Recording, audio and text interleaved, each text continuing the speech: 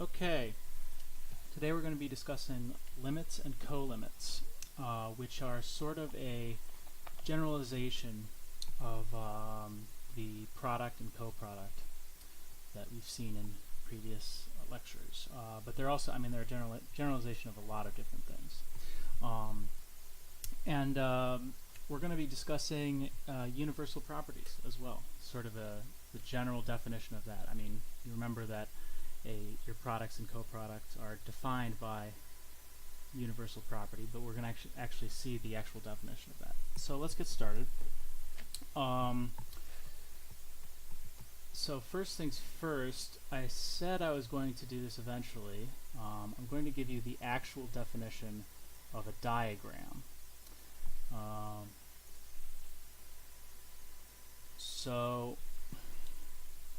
a diagram is essentially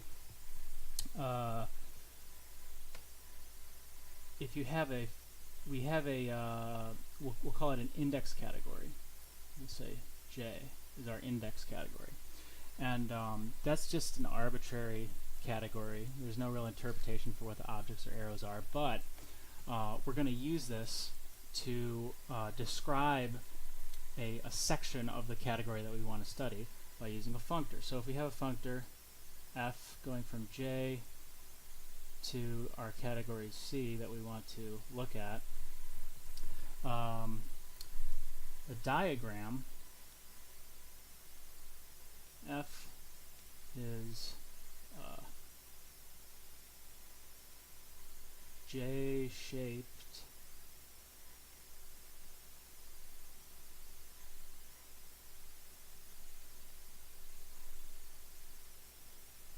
in C.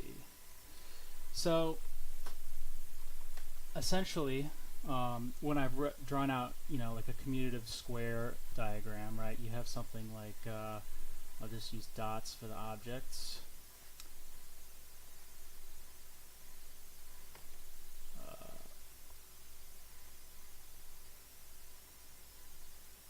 Right, so we have this, and we say that it commutes. So this would just be our index category, and then if we want to,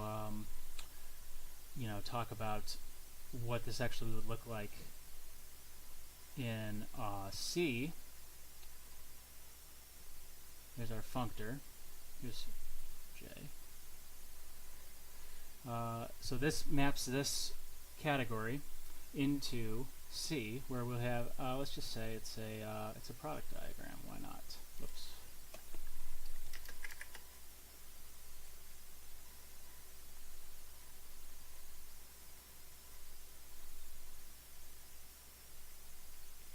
I drew this wrong.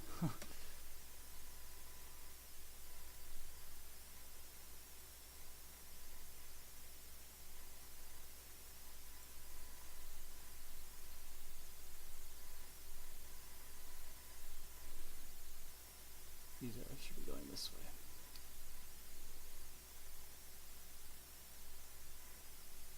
And we have some arbitrary object there.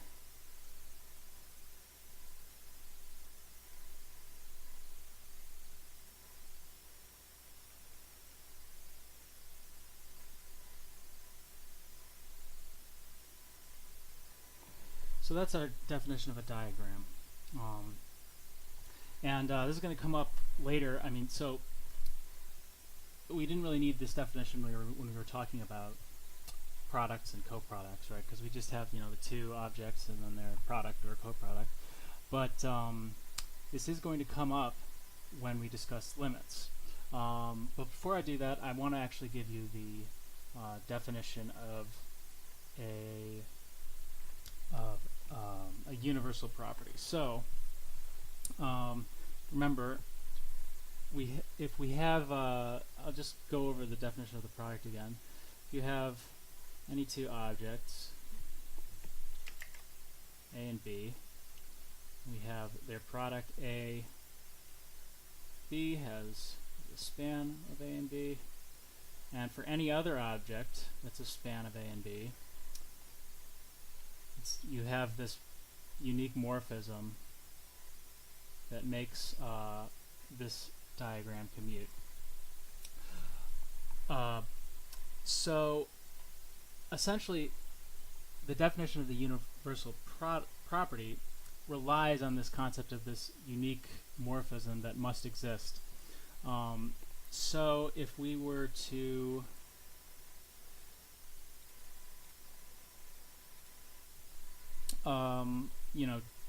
actually give this definition, let's go over the generalization of the product universal property first. So a terminal morphism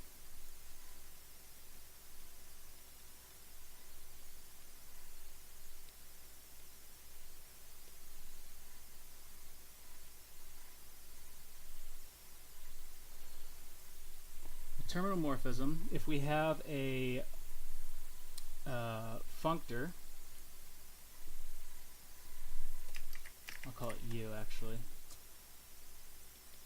from a category D to a category C. A terminal morphism is a pair A phi where A is an object of D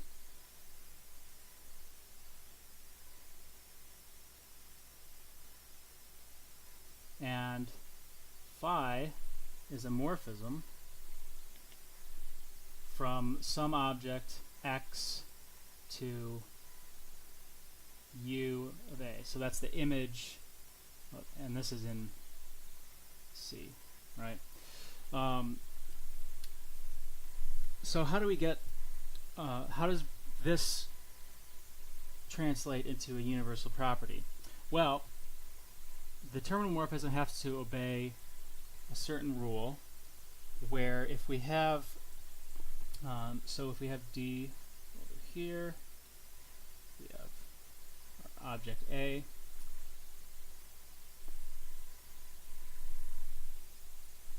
I'm going to draw it down. We have our object A,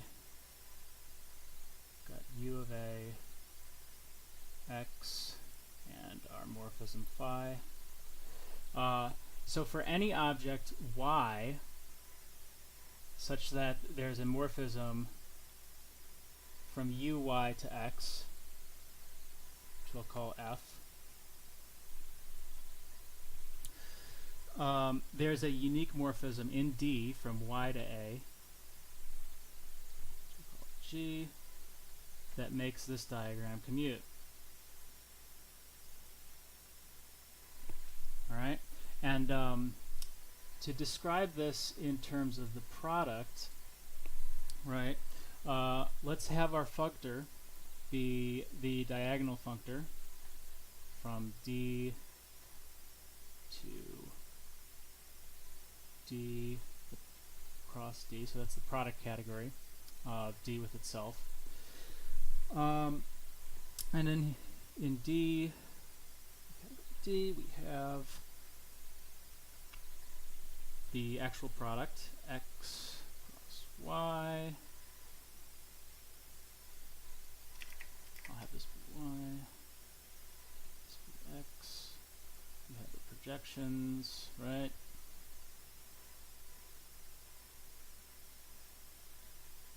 Pi 1 and pi 2. And then over in D cross D, so the diagonal functor is going to carry X cross Y to X cross Y cross X cross Y, right?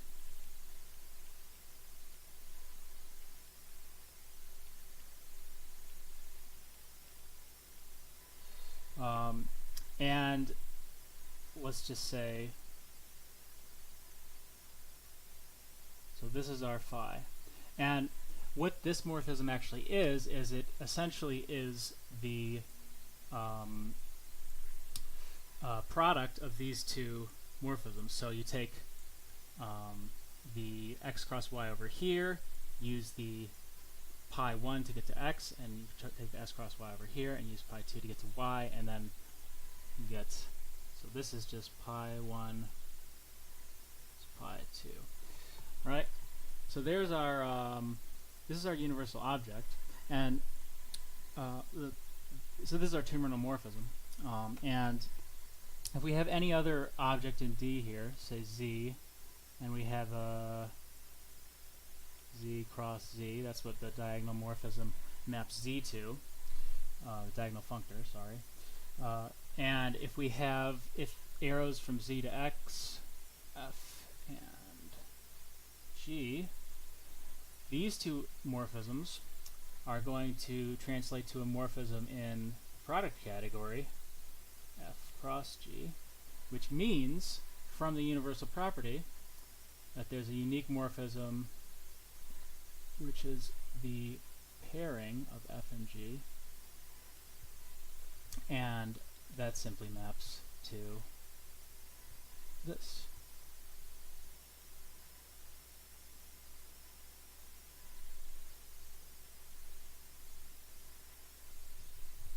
So that's how we describe the universal property of the product in terms of our actual definition of the universal property.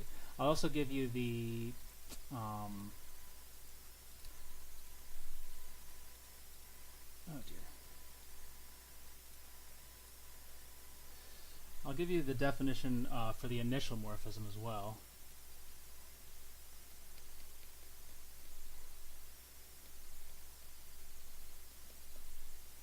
This is the one that's used in the coproduct. And you can sort of think of these as like the product is the most terminal span of the two objects, A and B. The product of A and B is the most terminal span of all of the spans of A and B's, right? So there's always some morphism from any span to the product. And with the coproduct, it's the most initial cospan of A and B, right? So for any cospan of A and B, there's a morphism coming from the coproduct to that cospan. So I'll just give you, it's a pair A phi, there's our category D, C,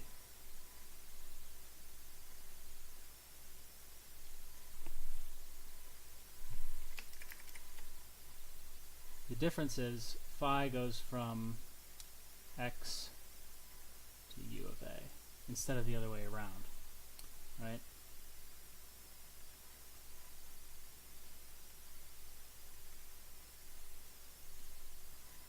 And then if we have some y here, and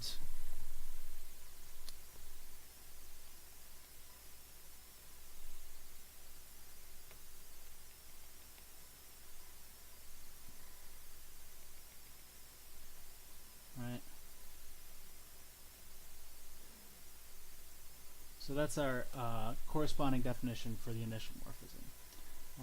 It's this pair A phi, such that phi goes from x to u of A. And if it, for any morphism from x to u of y, where y is an object in D, there's this unique morphism from A to y in D that makes this diagram convenient in C. And one of your homework questions is going to be to describe the coproduct using this definition. Okay, now let's get on to the real meat of this lecture, the limits and co-limits. Now this is very a very powerful concept in category theory. So essentially, a limit is a generalization of the product, as well as a lot of other different things. I'll show you some other examples of limits, and likewise a co-limit. The coproduct is an example of a co-limit. So to get a limit, first we have to define a certain diagram in our category. So let's say our index category, we have a diagram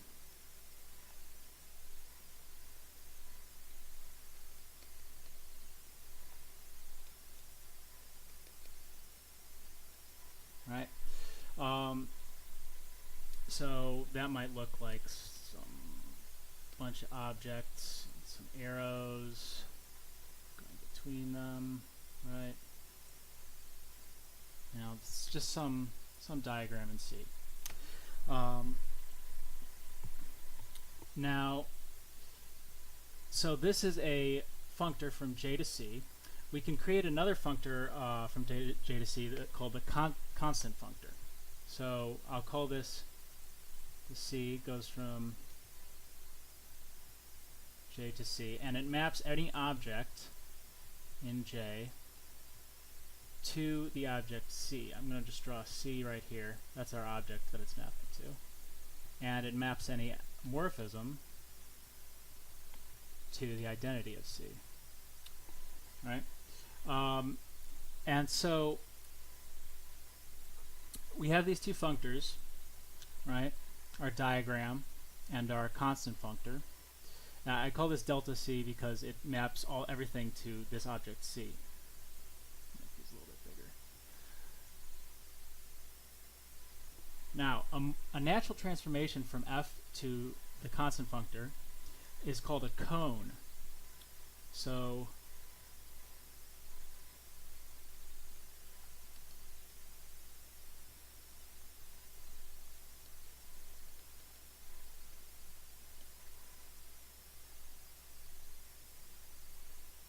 cone.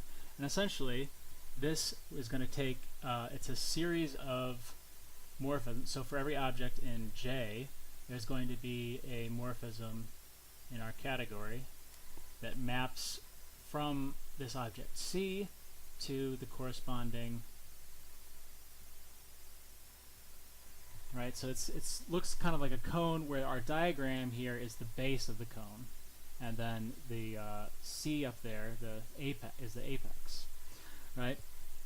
And you know the requirement of naturality states that these all have to commute, right? So this commuting triangle right here has to commute.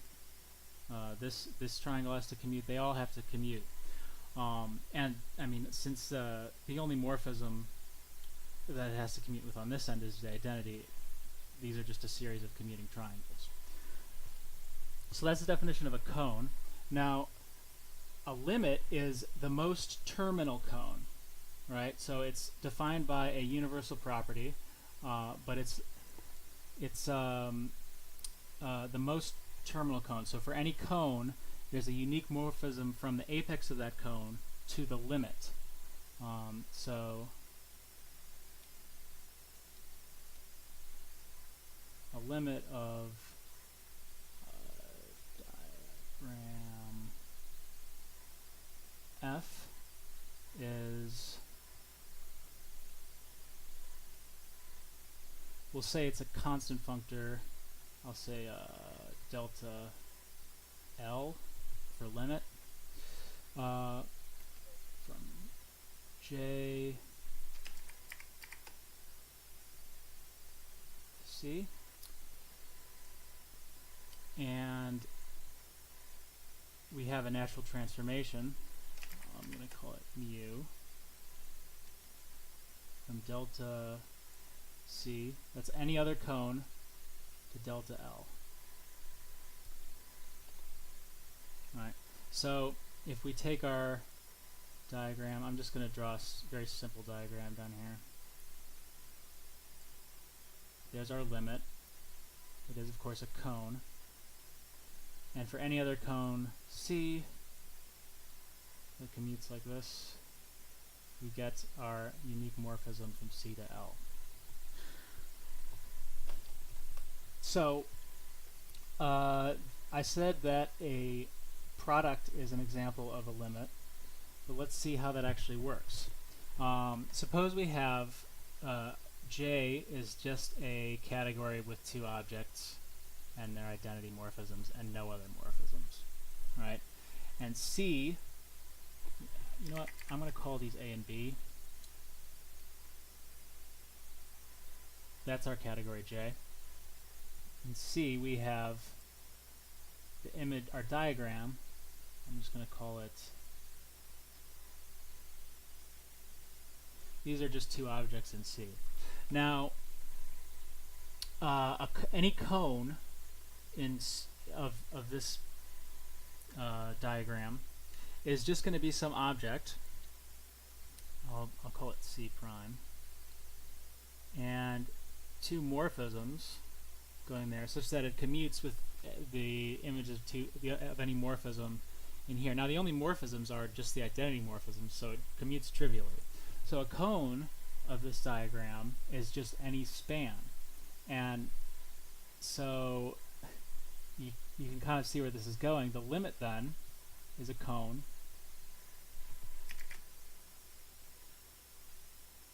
such that for any other cone, let's see, I didn't need to do the prime there. For any other cone, there's the unique morphism like that. And this is, I'll call it FA.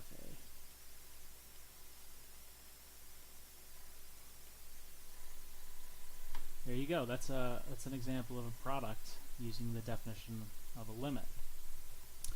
But I'm going to go over some other examples of limits today. One particularly important one is called a pullback. This is a very interesting sort of thing. Suppose we have our diagram J. It's just a span.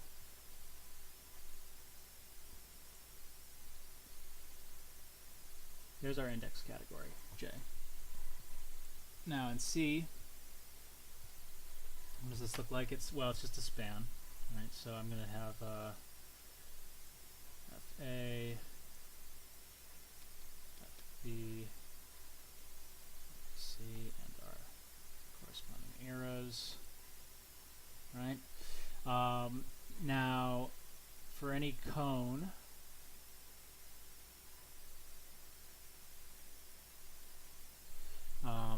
this commutes. So essentially a cone is just a commutative square. It's two morphisms that commute with these two, right? But the limit of this is called a pullback. I'm going to call it P. It's the most terminal cone that commutes with these two objects. So how would we interpret this, right? You have these two morphisms. If they weren't there, if we got rid of the f of c and these two morphisms, this would just be the product, right? And because this is a span of fa and fb, we have the product there, and there's a unique morphism going to that. But this doesn't necessarily commute with these two arrows, right? So this pullback, if we're thinking about it in terms of sets, it's sort of like the subset of the product of FA and FB, where the outcome of evaluating these two functions is the same. So for instance, if we have the set, I actually didn't write down an example, but an example of this in programming would be multiple inheritance, right? So if you could think of a subtype of something as having a canonical injection arrow. So if we have a class A and class B, if B is a subclass of A, then there's sort of a canonical morphism that lets you convert elements of B into elements of A, right? And if we have two different subclasses of A, well, this is like a diagram in our category of types. But what if we want to inherit from both B and C? Well, such a object would be of course a cone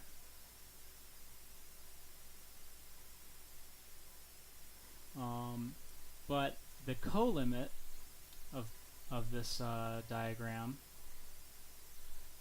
I'll call this x prime, and there's x.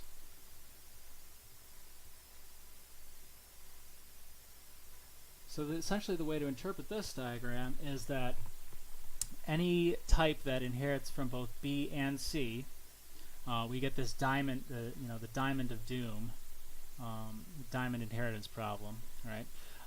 But the way to solve this is just to simply say, okay, well, if we want to inherit from both B and C, x prime is simply a subtype of the colimit of this diagram.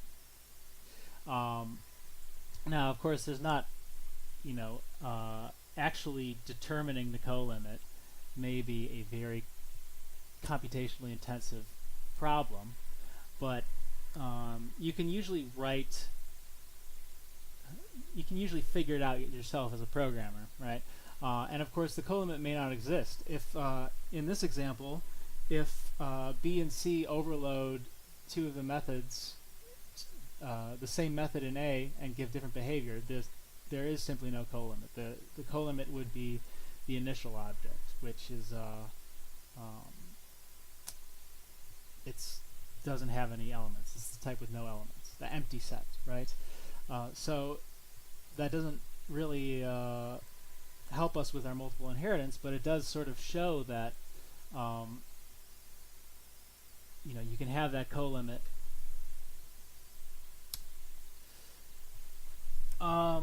But another use of the colimit in programming is, at least in Haskell, the type inference system uses that. Right. So here's an example. Let's suppose I'm writing out a function, and in Haskell you don't actually have to define the type of the function. A lot of times the compiler will infer the type for you. So here's my function. Twice it takes a function f, make that look more like a t, f and a value x, and it's going to simply return the result of applying f to x twice. Now, when the type inference system sees this, it has to figure out, okay, what is the type of this function? So it's just going to start applying type variables to all of the symbols in this expression.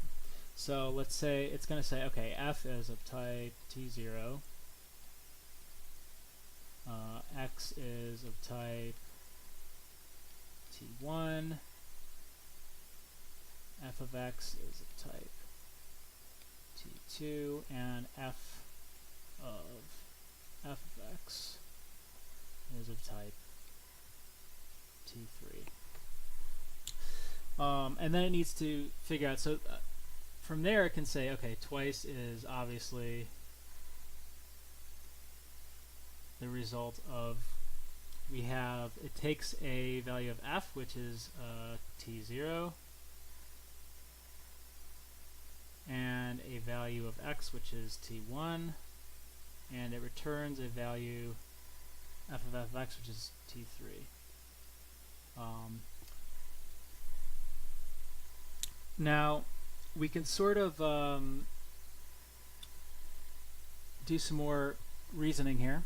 T0 is a function. It has to take a value of t1 and return a value of t2, according to this.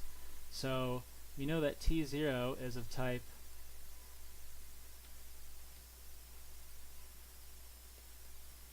t2.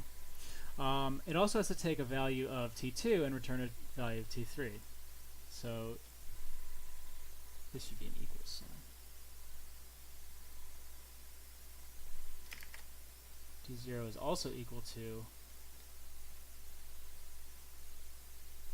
So from this we can then determine that T1 equals T2 equals T3. which means our type, the type of twice, is then equal to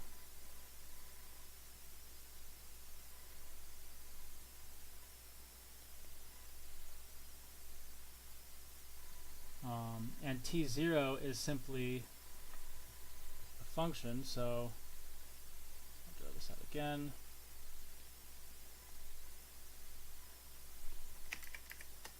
It takes a t1 and returns a t1.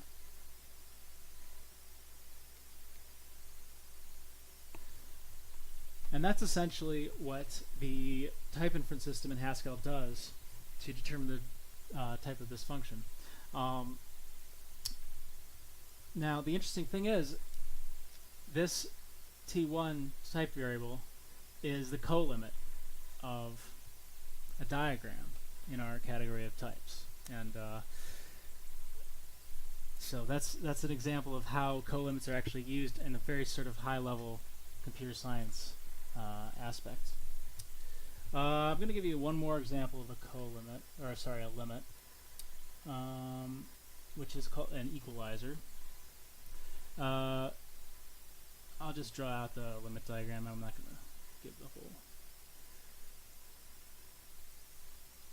whole. So here's our diagram.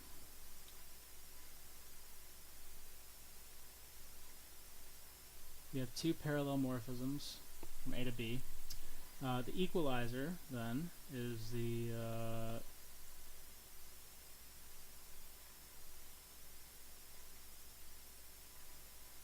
I'm only drawing out the one arrow here because if you think about it, any cone of this diagram, you get the other arrow, the one from going to B, by simply composing the arrow to A with F. And from the definition of, from the naturality requirement, that composition has to be equal to G, to the composition of that arrow with G. So this is the colimit diagram, and so the equalizer essentially is a subset of A. If we're talking about sets again, the equalizer is essentially the maximal subset of A, such that the applying F and applying G gives the same result, right? And again, the colimit could, in this case, be the empty set. If F and G are not equal anywhere on A, the colimit would just be the empty set. So that's it for limits and colimits. Next time we're going to be discussing adjunctions, and which is going to lead into discussion of monads, which is, you know, something I'm sure you've all at least encountered or heard of before, but understanding monads in terms of category theoretic terms really makes them a little bit more understandable, I think. So that's it for today. I'll see you next time.